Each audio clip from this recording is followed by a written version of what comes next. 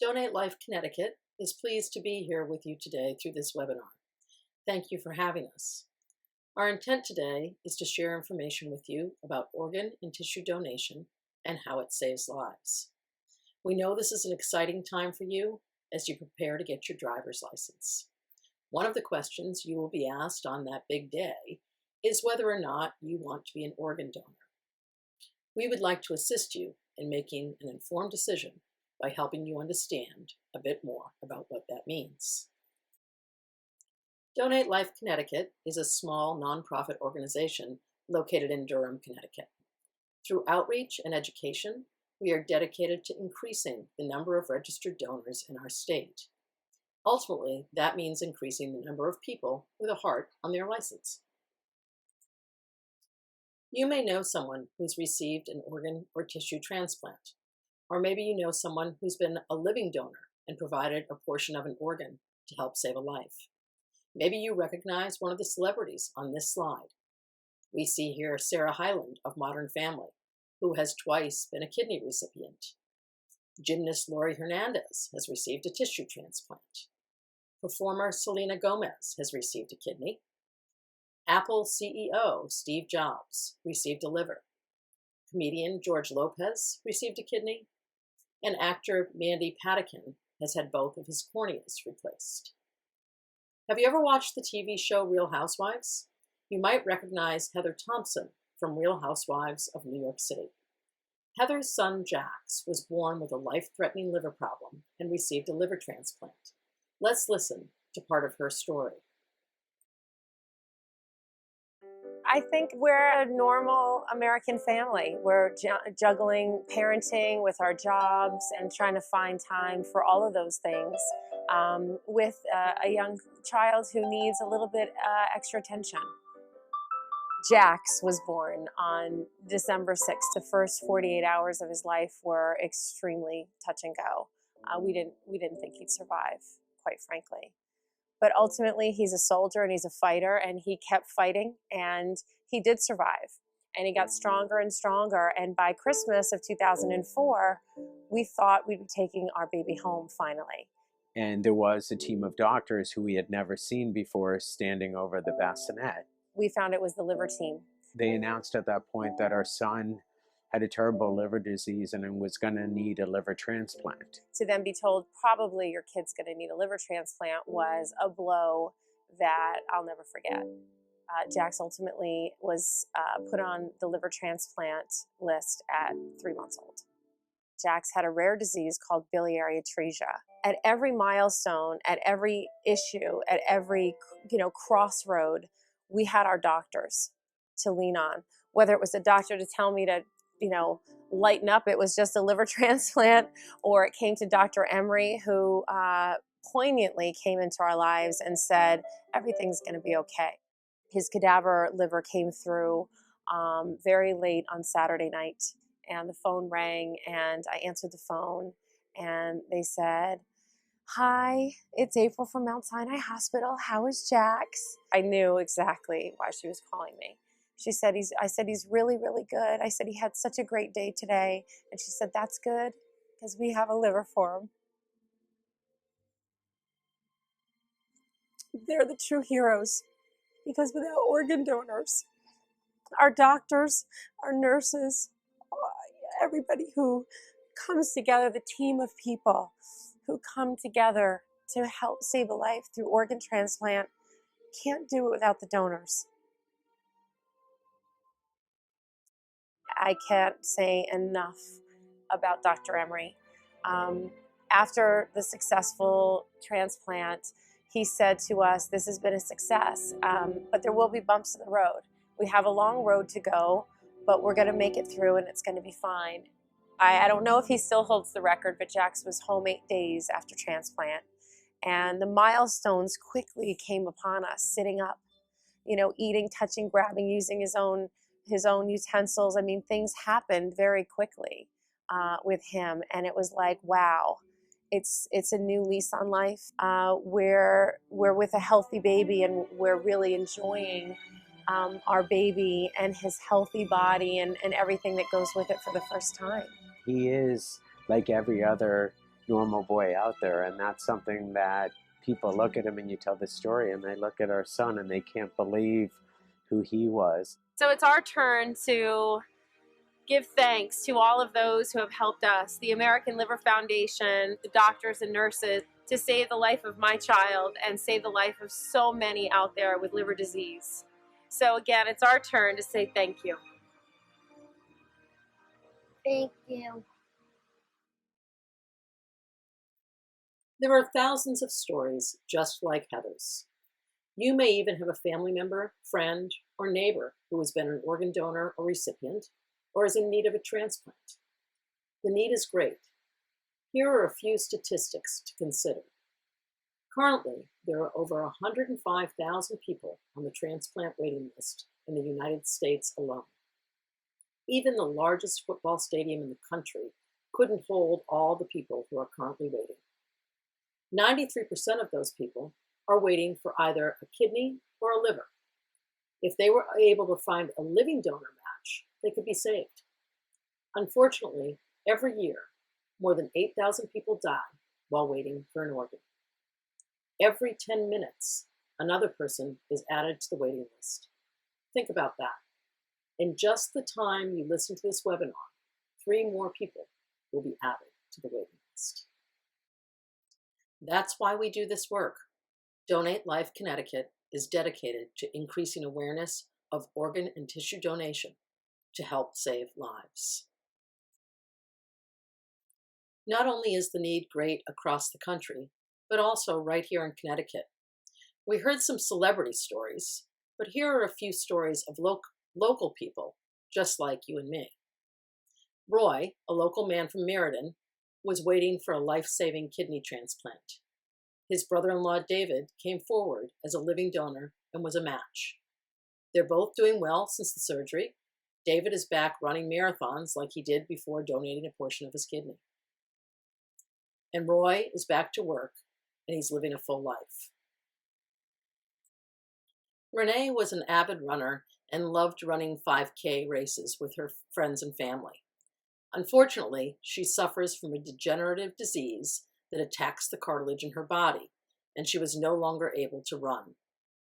Renee received a cartilage transplant from a deceased donor and is back to doing what she loves most. Diane was on the wait list for a liver for 6.5 years. Late in 2018, she was admitted to the hospital and was told she would not be able to leave unless she had a transplant. She waited 124 days in the hospital. She was lucky enough to find a match. Today, she is happy, healthy, back at school, and participating in many activities that she loves. We would like to share another local story with you of Danny Dietz, a local teen who received a heart transplant when he was just 16 years old. Take a listen. They say a picture is worth 1,000 words. That a single image can relay a person's essence, strength, determination, struggle. Danny Dietz knows it all, and his scar has a story. Nice day out. I know, right? Senior year at Simsbury High School, a time for friends, football, and fun. But through the eyes of 18-year-old Danny Dietz, that experience is even more precious. I think I see life in a very special way that a lot of people my age don't get to see it. I realize how easily something could be taken away. 2 years ago, Danny was living the life of a normal teenager at Simsbury High. An athlete, Danny liked to compete and excelled in football and lacrosse. Very driven, very motivated. But that spring, I was playing lacrosse at the time, and I was just feeling really bad, out of breath. I was having trouble walking up the stairs. An emergency visit to the hospital revealed a terrifying reality. Danny had an enlarged heart, a condition that, if not caught in time, can be fatal. There's a lot to take in at once. I just got a phone call. His father, Terry, competing on the reality show Survivor when he got the news. He's in the hospital. Both your wife and the doctor think that it's serious enough that you should go home to be involved. No question. This high schooler's days in the classroom and on the field were now spent staring out a window at Boston Children's Hospital. Doctors realized his heart condition was genetic. The remedy? a heart transplant. Meanwhile, his hopes of playing football or any contact sport again were crushed. I had so many dreams for football. I wanted to play in college. I wanted to see where I'd go at the next level. By Danny's junior fall, he was waiting for a new heart. And on the day before he came back to school, the call came in. It was the touchdown he needed. There was a heart ready for me. And when he woke up, football wasn't far from his mind. First question I asked was, how did my fantasy football team do? And his drive to play football again only grew as he grew stronger. Danny's doctors found themselves in an uncommon situation. Could Danny play again? All 5 of his doctors decided if he wore extra chest protection, he could try. And almost a year after his transplant, Danny broke a barrier and took to the field at Simsbury High School once again, his new heart ready to tackle new challenges. It was just very powerful for me to be back. Danny had to monitor his body, warming up before practices and cooling down after. But with careful monitoring, it didn't take long before this athlete's heart of gold shone through on his second game back. The whole crowd was chanting Danny Strong. When you're up there in the stands and you see the whole crowd chanting his name and you see him take the field, there's no words for that. When he scored that touchdown, literally everyone just ran up and started hugging him. It was awesome. He was the motivation of our team. All my teammates were just behind me the whole time. It's certainly something that none of us will ever forget. So we got this sign to get put up in the school just so people can kind of like walk by, see it. Now Danny is making sure his classmates know that simply checking a box and deciding to become an organ donor is the ultimate gift. Danny says he thinks about his donor, a 14-year-old boy from Pennsylvania, every day. I can't explain my gratitude to that person, and I can't explain my gratitude to the family of the person. Such a selfless gift. The future is brighter than ever. I take every second for what it is, and I just want to live every day like to the fullest. We're grateful to Fox 61 for sharing that story with us. And we're grateful to Danny and his family for sharing his story, being advocates, and bringing awareness to the need to register to be an organ donor. So why does it matter? What kind of impact can one person make by choosing to be an organ donor? One person has the opportunity to save up to 8 lives, and they can positively impact up to 75 other people's lives. That's a huge impact. Your liver may go to one person, while your tissues can help improve the lives of many. That's quite a legacy to leave behind. If you choose to register to be what we refer to as a deceased donor, what can you donate? A deceased donor can potentially donate the lungs, heart, liver, kidneys, intestine, and pancreas. These can all save the life of someone awaiting a transplant. In addition, corneas, tendons, valves, veins, skin, and bone can all enhance or improve the quality of life of an individual through what is referred to as tissue donation. Did you know that you can donate an organ as a living donor? You can donate one of your kidneys, a small portion of your liver, or the small third lobe of the lungs.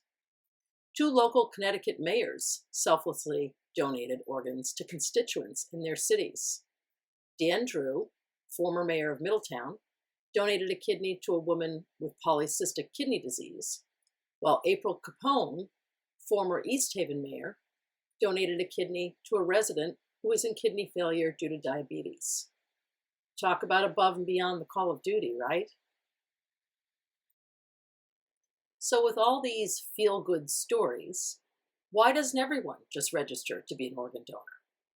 Well, the answer is that there are lots of myths and misconceptions about the process. Let's take a quick look at some of them because we want you to know the actual facts. Myth number 1, medical care. Some people worry that if they're registered to be an organ donor, that could affect the medical care they would receive if they were ill or in an accident. The fact is that your life always comes first. Doctors take oaths and work hard to save every patient's life. But sometimes there is a complete and irreversible loss of brain function, and the patient is declared clinically or legally dead. Only then is donation an option. It's at this time that a specially trained team of professionals are called in to have that discussion. Cost is another myth. Some people are concerned that there's a cost to the donor family. There is never a cost to the family of an organ donor. All associated costs are worked through the organ procurement organization and the insurance company of the donor recipient. Again, there is never a cost to the family of an organ donor. Religious beliefs. Some people believe their religion prevents them from considering organ and tissue donation. Most major religions in the U.S. support organ donation today and consider donation as the final act of love and generosity toward others. If you have questions, we encourage you to speak with your religious leaders. Family members sometimes express concern about the inability to have an open casket at a viewing or funeral for their loved one. That is a myth. The fact is that organ donation does not affect the ability to have an open casket. Transplant physicians take great care to complete the surgical procedures with dignity and respect, carefully removing organs and preserving the body so that the family can hold the funeral of their choice. Myth. Elderly people can't be organ donors. Well, the truth is that no one should rule themselves out due to age, health, or medical conditions. The transplant team will determine at an individual's time of death whether donation is possible. There's no age limit to organ donation. To date, the oldest donor in the United States was age 93. What matters is the health and condition of your organs when you die. Our final myth today is about cornea transplants. It is a myth that people who are blind cannot receive a cornea transplant. Cornea transplants may indeed be an option, even with blindness. So what is the process? When an accident, injury, or illness occurs, the primary concern is the care of the patient. Once all measures have been exhausted and the patient is declared brain dead, a trained staff member from the Organ Procurement Organization, otherwise known as the OPO, will come in and talk to the family. A little known fact is that there is a federal mandate that requires hospitals to contact the OPO at the time of death for any patient. The OPO then researches to see if they're an organ donor or potential organ donor and takes the next steps. There are 58 OPOs nationwide, and there are 2 here in Connecticut. So then how are donors and recipients matched? If the patient is determined to be an organ donor, the OPO begins the matching process. This involves evaluating blood and tissue type, height and weight, medical need, and then the length of time on the wait list. Gender is not a factor. If you have a desire to be a living donor, you can do a direct donation to someone you know, or you can do an anonymous donation to someone in need. We can't emphasize enough how vitally important it is for you to have a conversation with your family about your wishes. We'd like to share a portion of one more local story with you that will help you understand the importance of this. Please listen as Donate Life volunteer Carolyn Fletcher tells you the story of her son, Gerald. Gerald was a sophomore at Notre Dame High School. He was an honor student. He played basketball, football, and baseball. Really never had time to do driver's license or go to driving school because he was constantly between sports. And mom, being very cautious and did not allow him to drive with teenage drivers, I dropped him off and picked him up everywhere he wanted to go. So at the end of the school year, he had done so well, they wanted to have a pizza party at a friend's house. So I agreed to let him ride with one of his friends who he wasn't really honest with me about how long he had had his license. So my worst nightmare came true. I received a call about 11:30 at night saying he had been in an accident and I needed to get to the hospital right away. My son had suffered a traumatic brain injury from a rollover car accident. Minutes turned into hours, hours turned into a couple of days, by his side, just praying and hoping that he's going to be able to recover from this. There were 3 teenagers in the car. One was ejected. He suffered the traumatic brain injury and the driver was fine. I was approached by one of the nurses from New England Donor Services asking me if I wanted to donate his organs. This is not something we ever talked about in our family. He was only 16. So our conversations were, is your homework done? Are your grades up to par? That's it. No, we didn't talk about organ donation. And that's why it's so very important that you make your wishes known and talk about it with your family. And I know that if I had the chance to ask him what he wanted me to do, he would have said yes. So I sat there by his side for a while and I said, okay, I think this is the right thing to do. So I donated his heart, kidney, liver, and pancreas. There was an 11-year-old boy who received his heart, and I was fortunate enough to meet him. And that was probably the most glorious day of my life and made the organ donation all worthwhile when I was able to put my hand on his chest and my ear to his chest and hear my son's heartbeat. I decided to do this volunteer work because 2 things. I didn't ever want anybody to have to make the decision about organ donation in the midst of a tragedy. And that's what I had to do. It was awful. So it's very important to talk about the organ donation because, again, like I said, you never want to be in that position that I was in. And then if you talk about it and your kids make it known, yeah, I can save somebody in the midst of a tragedy. I always say you need to be a rainbow in somebody else's cloud. And I think my son was definitely a rainbow in a lot of people's clouds. There was a 35-year-old woman who received one of his kidneys. She wasn't able to have kids prior to that, and she was able to have children after that. There was a 54-year-old man that received the other kidney and his pancreas. It was very rewarding to get those messages from those people saying how their life was improved. And my little heart recipient had been suffering since he was born with heart issues. So he has children of his own. I call them my grandchildren that I'll never have. So I encourage organ donation, give the gift of life, and be a rainbow in somebody else's cloud. Thank you. We are so grateful to Carolyn for sharing her story and for being an ambassador for organ donation. So, how do you register to be an organ donor? There are 2 ways to register. One is at the Department of Motor Vehicles, and the other is through the National Donor Registry. Everyone getting their first driver's license or anyone renewing a driver's license will be asked if they would like to register to be a donor. Indicating your desire to be a donor means that in the event of your death, you have made the advanced decision to donate any viable organs. If you're 18 or older, this indicates full consent. If you're 16 or 17, your choice indicates your desire to be an organ donor, but parental consent supersedes until you are 18.